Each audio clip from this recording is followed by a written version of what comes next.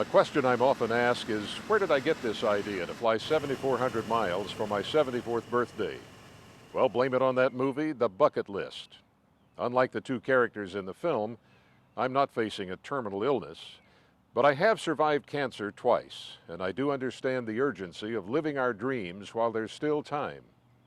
And like those guys in the movie, I have a few things I want to check off before I check out. One of them is to fly my light sport airplane coast to coast, solo, camping along the way as much as possible. Crazy? Probably.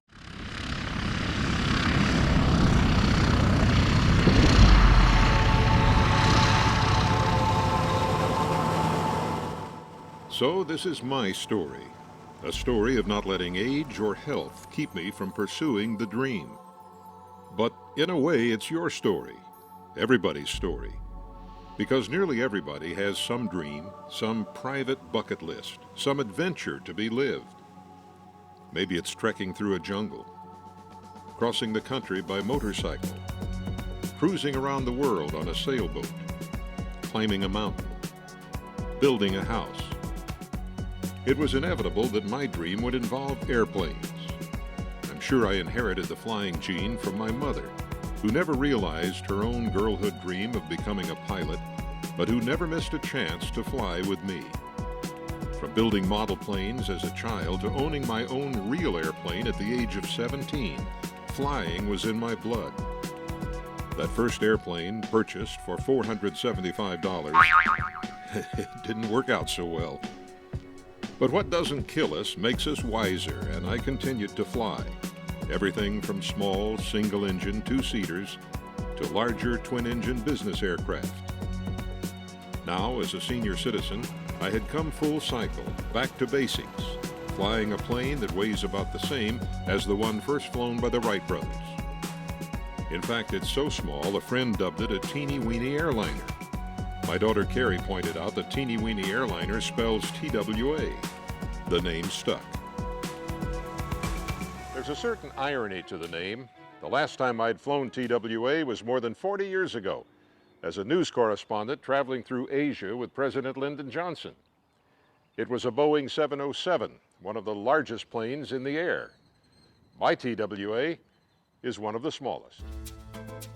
This teeny-weeny airliner would be crammed to within 17 pounds of its legal gross weight, carrying everything needed for a month-long adventure that would test my skills as a pilot and my endurance as a person. I weighed each item on a bathroom scale, even flashlight batteries. Despite careful preparation, there would be challenges I couldn't possibly anticipate.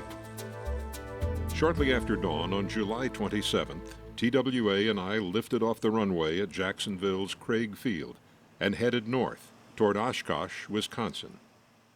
I had timed this flight to coincide with the Experimental Aircraft Association's Air Venture, the annual fly-in known to pilots simply as Oshkosh.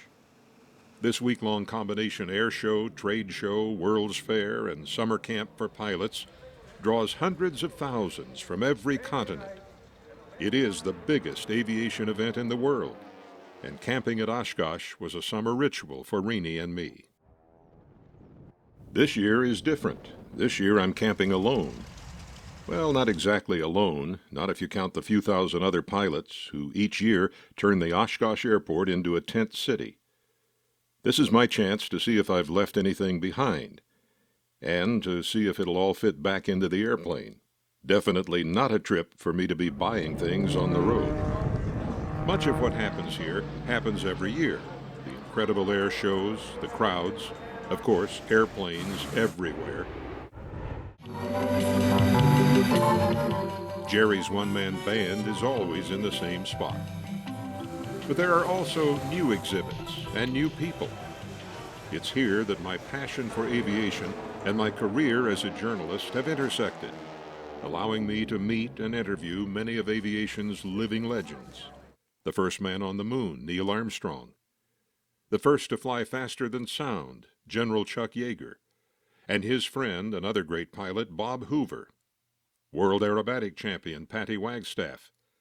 And another Oshkosh regular, my former ABC colleague, David Hartman. At EAA's Theater in the Woods this year, I interviewed Claude Lelay, chief test pilot for the Airbus A380. And I wondered if he'd had as much fun flying the world's largest airliner from Paris to Oshkosh as I was having flying TWA. At EAA Chairman Tom Poberezny's farewell party, the star of the event was aviation's newest hero, Captain Sully Sullenberger, famous for his landing on the Hudson River. On the day it was time to leave, I ran into actor and pilot Harrison Ford, as usual taking time to talk with his young fans and to sign autographs. Knowing Harrison owns many aircraft, I wasn't surprised at his answer when I asked, "Are you going to fly this bird today?" Yes, sir. And I'm going to have a good time doing it. You've got a perfect day for it. Have a good trip. Shortly after Indiana Jones taxied away, it was time for me to crank up TWA and head west. It's always a little sad to leave this aviation mecca, but exciting destinations lay ahead. The first one, Osage Beach, Missouri, Lake of the Ozarks. If there's anything I enjoy nearly as much as flying, it's fishing. The Osage Beach Airport put me and my tent less than a half-mile from the lake. An easy ride on my folding bicycle. With so many miles to cover, I stayed only 2 nights at Osage Beach, although it was tempting to extend the visit. Lake of the Ozarks is very much a family resort, and my fishing from the bank was interrupted mid-morning by the happy sounds of a couple and their children plunging in for a swim. Permission to camp with an airplane at small-town airports usually is no more complicated than making a phone call. The good folks here even kept their office open all night so I could use the facilities. Sure did beat the camp potty. Tuesday, August 4th. The flight out of Osage immediately confronted me with a weather challenge. Thunderstorms dotted the route down to Oklahoma.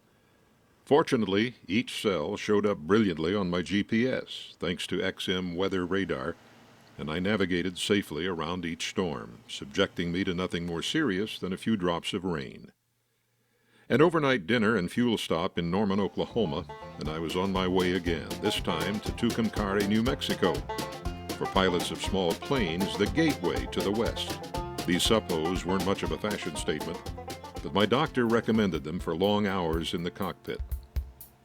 Spotting an airport below is always comforting to the pilot of a single-engine plane, knowing that if that one engine ever quit, a nearby airport definitely would be first choice for an emergency landing. The changing landscape held a few surprises, such as the cross at Groom, Texas, nearly 200 feet high, second tallest in the world. Tucumcari is where I would pick up the old Route 66, made famous in the song.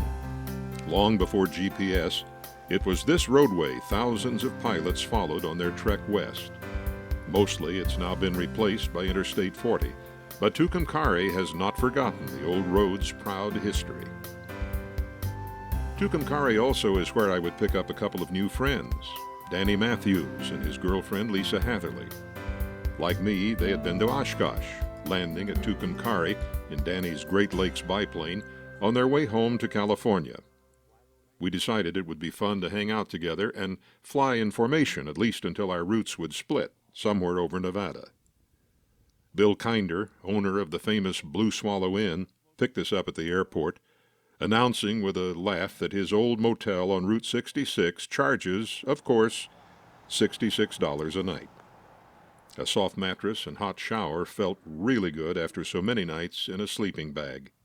Danny and I understood what happens to air in the mountains once it's heated by the sun, so we agreed early starts were essential to minimize turbulence.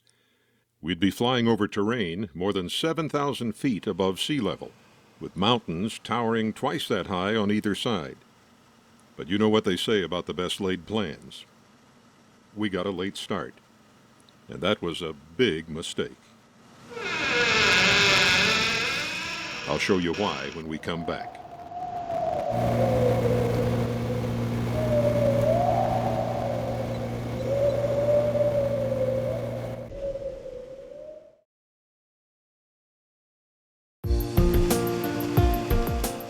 Why do we fly?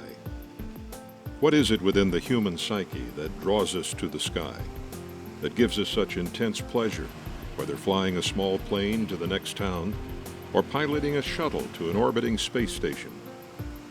Many pilots, writers, poets, and psychologists have tried to explain it. But the satisfaction, the pure joy of flight may be one of those emotions that defies analysis. Flying is freedom, adventure, thrill, challenge, anticipation, beauty, grace, but also peace, serenity, contentment, and so much more. I was experiencing all of this as TWA and I lifted off the Tucumcari runway at 6:40 a.m. on that clear August morning. Danny and Lisa had taken off minutes earlier. We had agreed to stop at Albuquerque's Double Eagle Airport to take on fuel. Gassing up at the self-service pump didn't take long, and soon we were airborne again, headed for Gallup, New Mexico. It was here that TWA presented me with my first mechanical challenge, a flat tire on the runway, minutes after landing. The Gallup Airport has no control tower, but my hand signals quickly brought 3 mechanics in a pickup truck to my rescue. They picked up TWA with me still in it and set us down just off the runway where the tire was easily removed and repaired.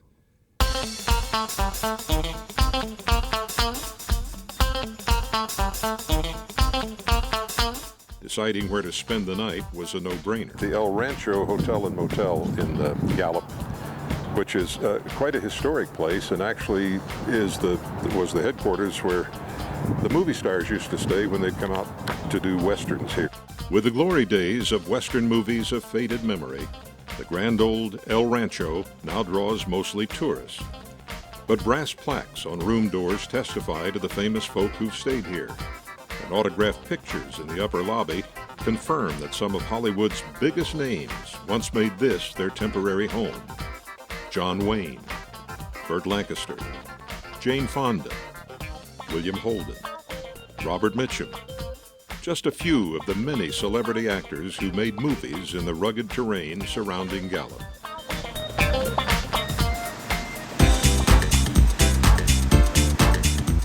The next morning, we took off for Flagstaff, Arizona, with a fuel stop at Winslow.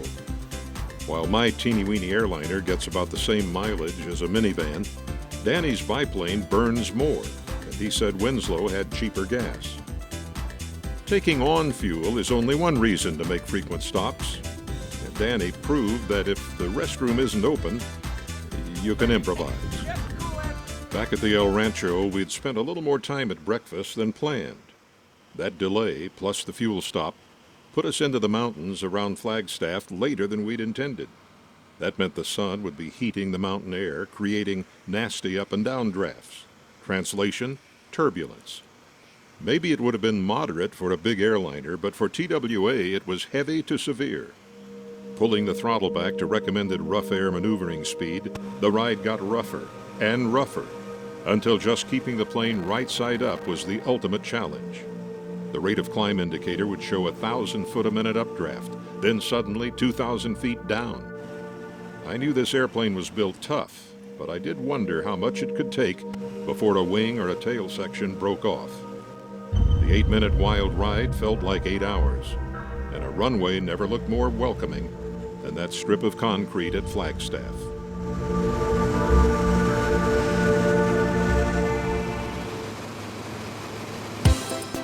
The next morning, we made certain to get off early, at dawn, and the flight west to the Colorado River was routine. The river was where Danny and I had agreed to part company, he and Lisa flying on to their home in California, me turning north to follow the river up to Lake Mead and then over to Las Vegas.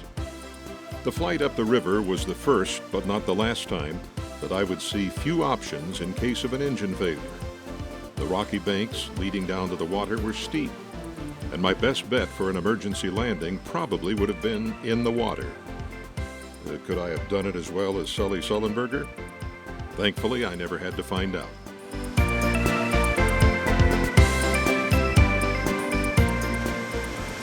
I'd landed at Las Vegas before, when I was flying larger twin-engine aircraft.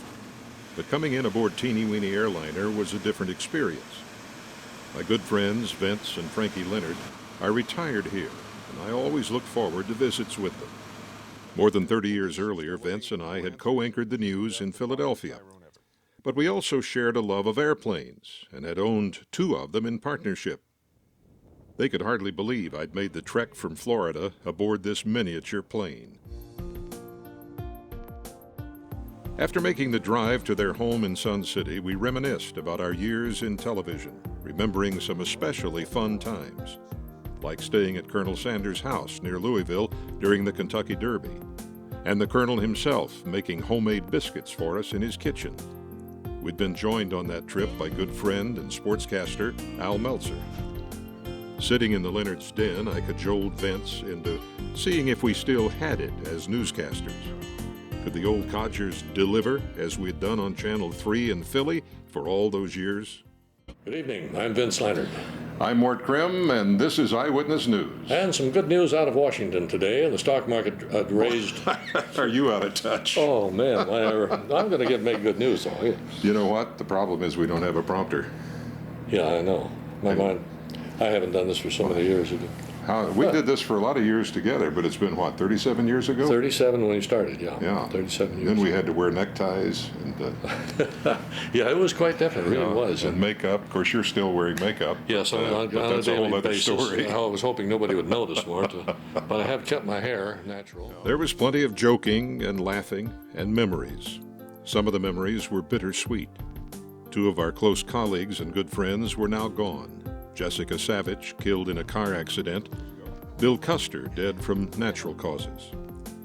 We talked a lot about airplanes, the trips we'd made together, and the contract Vince eventually had to sign prohibiting the 2 of us from ever flying in the same plane again.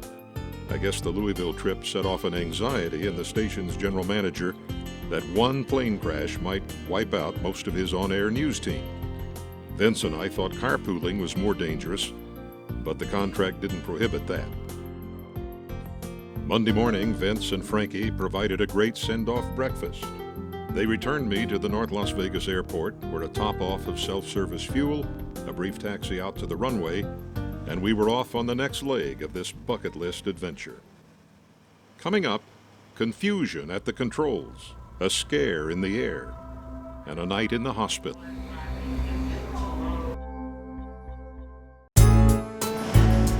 The Las Vegas leg of the trip had united me with 2 very dear friends. The next segment would take me to a visit with my son. His home in Eugene, Oregon, is about as far from our home in Florida as you can get within the continental United States. So a chance to spend time with Al is always special and would be a highlight of this journey. Las Vegas to Eugene is a long stretch, especially if you fly due west to the ocean and then follow the coastline up to Oregon, as I was planning to do. Despite the monotony of seemingly endless desert, there was something beautiful and serene about the uncluttered openness, and there were plenty of places for an emergency landing, although I figured it might be a long walk to the nearest house. My flight guide showed a restaurant on the field at Lancaster, California, and since it was nearing lunchtime, this seemed a good place to refuel. One thing a pilot can count on when landing at a small airport is running into other pilots with interesting stories. They range from student pilots to seasoned veterans, and the veterans are always willing to share their experiences and their expertise. If you get in the canyon, you're stuck, you hug one side, lower the gear, the flaps, and make a U-turn and get out, but don't go middle of the canyon. In fact, if possible, don't go up a canyon. This guy had a lot more mountain flying experience than most. In fact, he told me he teaches the subject. But I'd already decided to avoid flying in the canyons. Visibilities were great climbing out of Lancaster until I neared Santa Barbara. Flight controllers warned me to avoid the area just north and east of there due to a series of forest fires. By skirting around the fires, I never encountered visibilities below the legal VFR minimums, but the acrid smell of smoke did seep into the cockpit. At around 12 noon, I first spotted the Pacific Ocean, exactly 14 days since departing Jacksonville. This was now, officially, a coast-to-coast flight. One thing Danny had given me, which I could not have gotten for myself, A photograph of me and TWA in flight. Nice to know what we looked like to the rest of the world. As I approached Watsonville, California, fatigue was setting in, so I decided a landing and a good night's sleep were in order.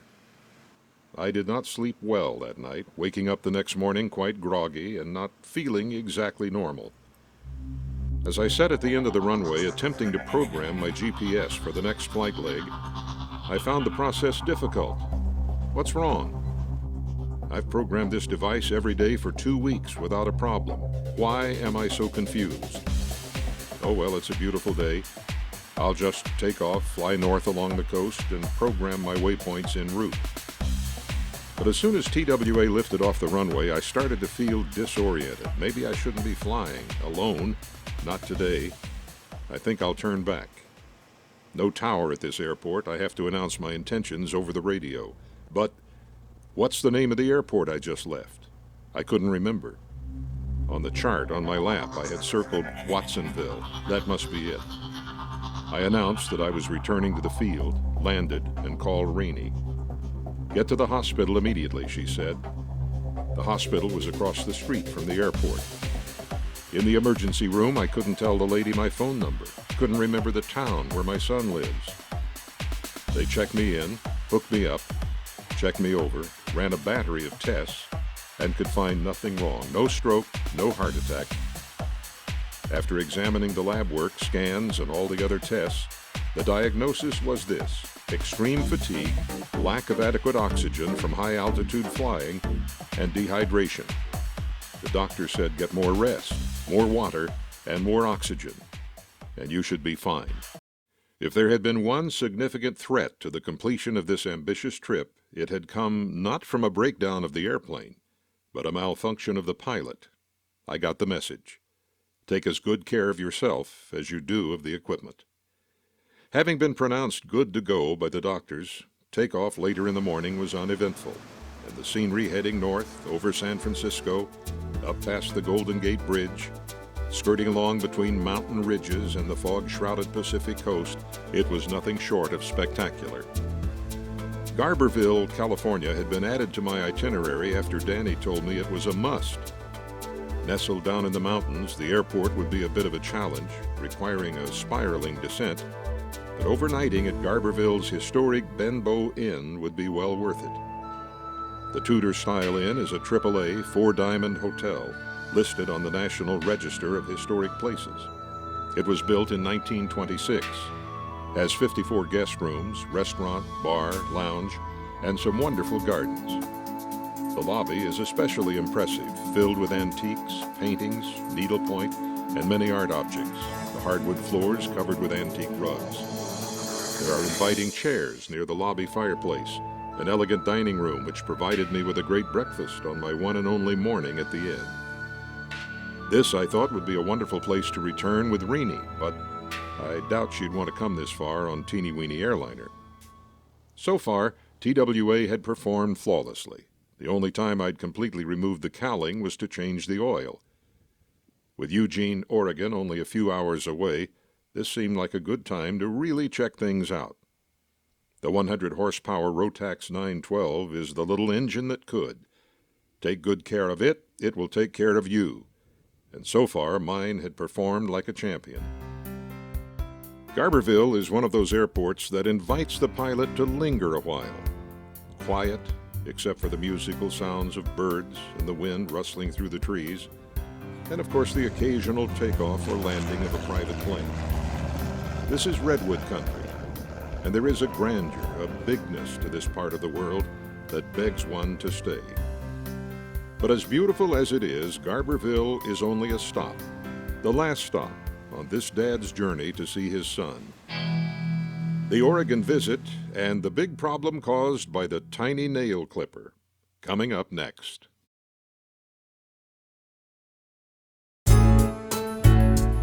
While I may have caught the flying virus from my mother, neither of our children seem to have been infected by it.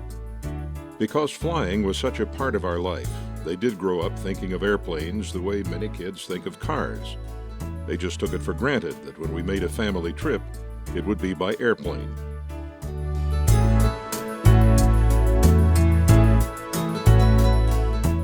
Some of my fondest memories are of loading the plane with camping gear and taking Carrie or Al to some campsite or fishing lake within walking distance of an airport. Maybe part of my motivation for this bucket list trip came from deep inside my memory bank, associating flying and camping with those very special times with our children. For them, flying was fun and a convenience, but never an obsession as it was for me. These and other memories of family times involving airplanes seem to fill the cockpit along with the warm California air as I fly north following the coastline. Although fog often obscures much of the Pacific Ocean, the scenery is nonetheless at times breathtaking. I had landed at San Francisco's International Airport more than once aboard commercial airliners, but the city by the bay never looked quite like it does today as I glide over it at low altitude. And right down there off my left wing, the familiar Golden Gate Bridge. Flying the coast up to North Bend, Oregon, I then turn east, heading direct to Eugene. Only a few miles in from the ocean, I recognize that the terrain below is solid forest. Beautiful, but not a square yard of open space. Nowhere to safely put down if that reliable Rotax engine should decide to give it up. Flying is inherently safe, and one rule pilots of single-engine aircraft try to observe is to always leave a back door. Flying over this uninhabited blanket of trees doesn't leave much of a back door. From the Eugene airport, it was a short rental car ride to Al's house. I wondered what he thought about my flying odyssey. I want to know, what does it mean to you that I flew 4,000 miles on teeny-weeny airlines just to visit you? It's impressive. I wouldn't fly 4 miles in that thing. I thought about that later as Al zoomed out of the driveway on his Harley. He wouldn't fly 4 miles in TWA. I wouldn't go 4 blocks on his motorcycle.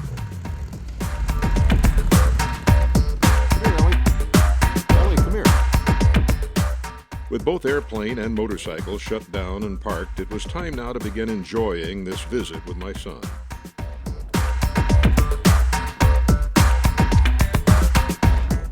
Al and his dog Ellie take daily walks from a path which begins near his home. Today I was invited along. After our trek through the woods, we caught up with Al's girlfriend, Katie Brown. She welcomed me, but my camera, not so much. Once I promised not to insist on an interview, Katie invited us over to her house for a cookout. Al did the honors, turning a beautiful fresh salmon on the grill into a gourmet meal. This time, spent with Al, Katie, and her children, Sasha and Eli, would have been worth the long flight out here, even if the flying hadn't been the great fun that it was. Yes, this bucket list trip was about an airplane, an adventure, an itinerary, about testing and challenging myself. But it was also about people, friends, family, relationships. About meeting Danny and Lisa, spending time with Vince and Frankie, talking to fellow pilots all across the country, and now spending some time with Al. The next day we decided to visit a nearby lake. It would be a chance for Ellie to exercise, for everybody to swim, and for me to get better acquainted with Katie's kids. This day would also end around a dinner table, this time at King Estates, a restaurant on a hill in Oregon's picturesque wine country. Waiting for a family of deer to cross the road on our way home from dinner seemed a fitting close to my visit in the magnificent state of Oregon.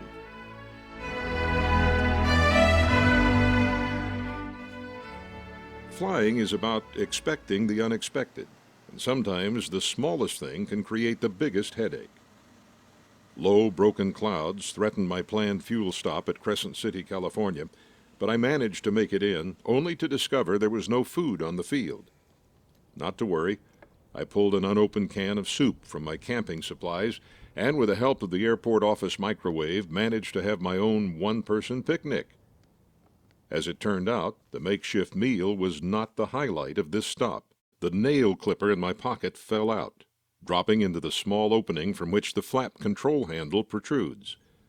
Now, I could easily have gotten along without the nail clipper, but I couldn't allow a loose piece of metal to float around inside the fuselage where there were control cables. Couldn't chance it becoming lodged in the wrong place and creating a problem, perhaps a crisis, in flight. So a lot of screws and some panels had to be removed before I could see the missing clipper. My intended destination the next day, Shelter Cove, a small airport on the coast with a nice restaurant.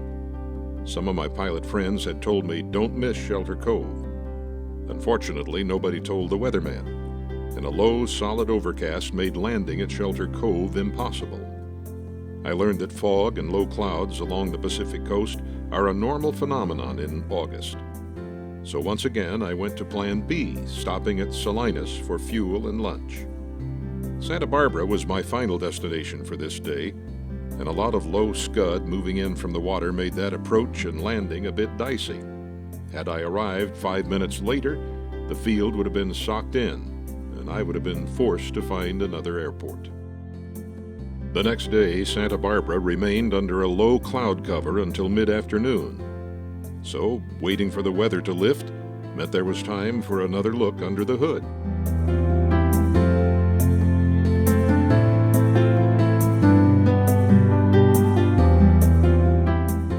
Engine good to go. Top off the fuel, enjoy a gourmet lunch from the airport's vending machines, and simply wait for the clouds to lift. That doesn't happen until 3 p.m., so about the best I can hope for before dark is to make Nevada. The fog that delayed my departure hasn't moved very far. It's still quite visible over the mountains just to the north.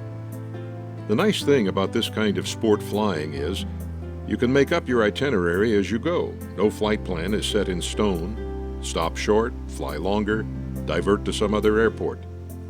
So I leave Santa Barbara certain only that I'll fly east until darkness or fatigue tell me it's time to land. The desert that spreads from eastern California into western Nevada is especially hot in August. And at my low altitude, my airplane's fresh air vents pour superheated air into the cockpit. The engine temperature gauge shows my Rotax operating just below the red line. But the air is remarkably smooth, and except for the stifling heat, it's a good ride. A glance at the chart shows the town of Jean, Nevada, straight ahead. A good place to stop for the night. Coming up, an airport where the coffee's on, but nobody's home. And a Dixieland cruise with the Dukes.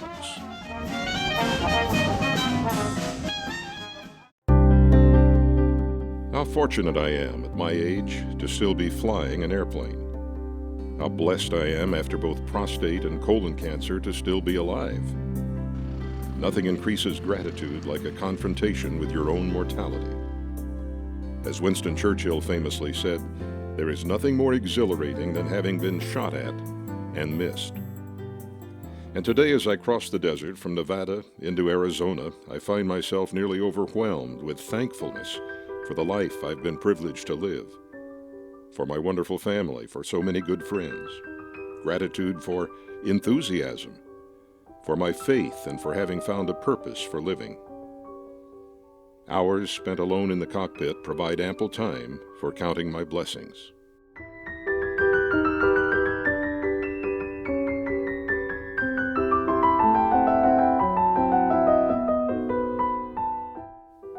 These and other thoughts are interrupted only by the fascinating sights that from time to time slide into view. There's the famous crater created by a huge meteorite some 50,000 years ago. Quite a sight from the air, nearly a mile across, almost 600 feet deep.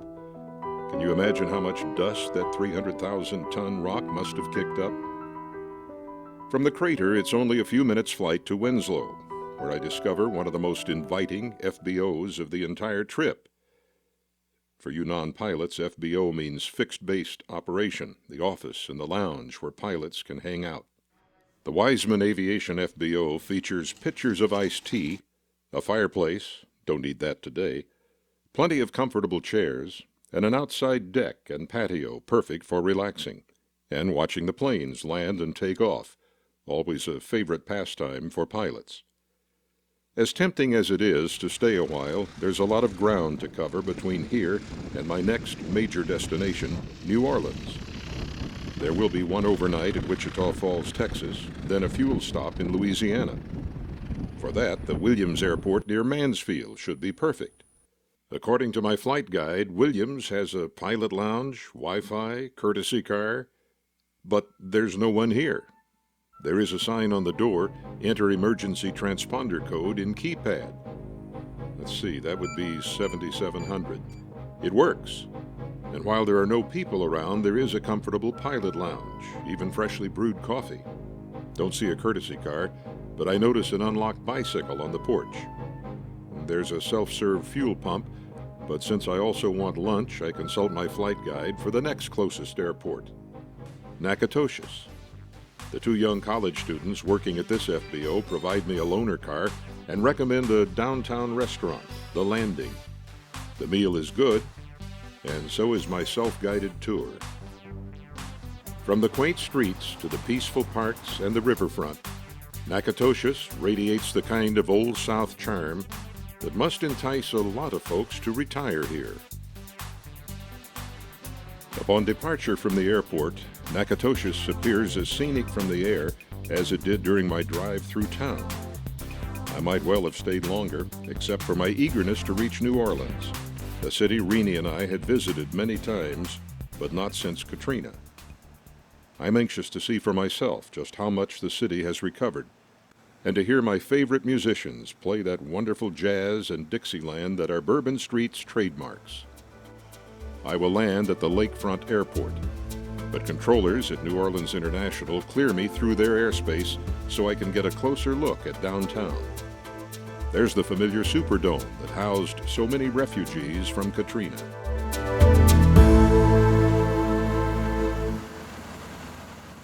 For all the changes Katrina brought to New Orleans, the French Quarter looks remarkably the same and sounds the same. For me, no visit to New Orleans would be complete without a riverboat concert with the Dukes of Dixieland. I opt for the first available cruise. I am not disappointed. As with most dinner cruises, the food is just so-so. But it's the music we've come for. And for Dixieland lovers, it doesn't get any better.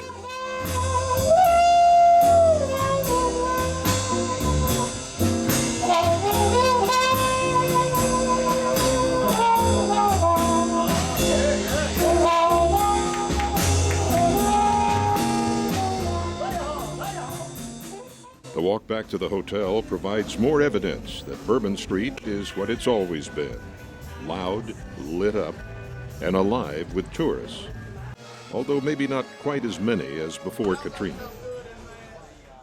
Monday, August 24, the day I'll tour the 9th Ward, that area of New Orleans most devastated by Katrina. There are organized bus tours, but I decide to rent a car and see the neighborhoods on my own, to see for myself the houses that have been renovated, the scores of homes that have been abandoned or boarded up, some that apparently have not been touched since the disaster.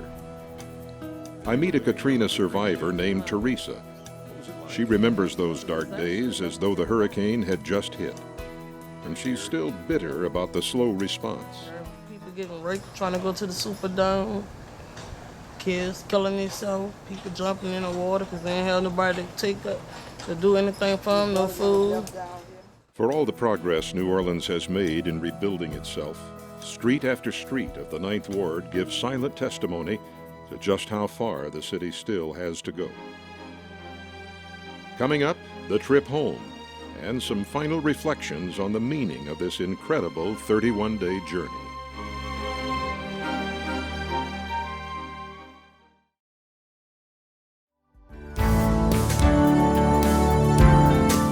My days of airport camping, cookouts, FBOs, and motels are nearly over. Now I wait for the hotel van to take me to my final overnight here in Tallahassee, Florida. Wednesday, August 26. Weather between Tallahassee and Jacksonville, excellent. I decide to fly above a cloud layer where the sky is clear, the ride smooth. On this final leg of my bucket list trip, I reflect on what will stay with me long after TWA is back in the hangar.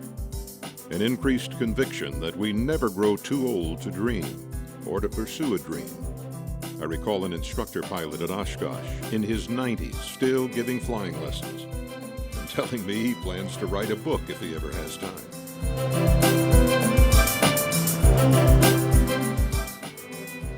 This trip has reaffirmed some things I already knew, that there is life after cancer, that it isn't over till it's over, or until we give up. My hours alone in the cockpit inspired the kind of thoughts that often slip beneath the radar of our hectic daily lives. Memories of my late parents, reflecting on their strong faith, their belief that life is not an accident, that we're put here for a purpose.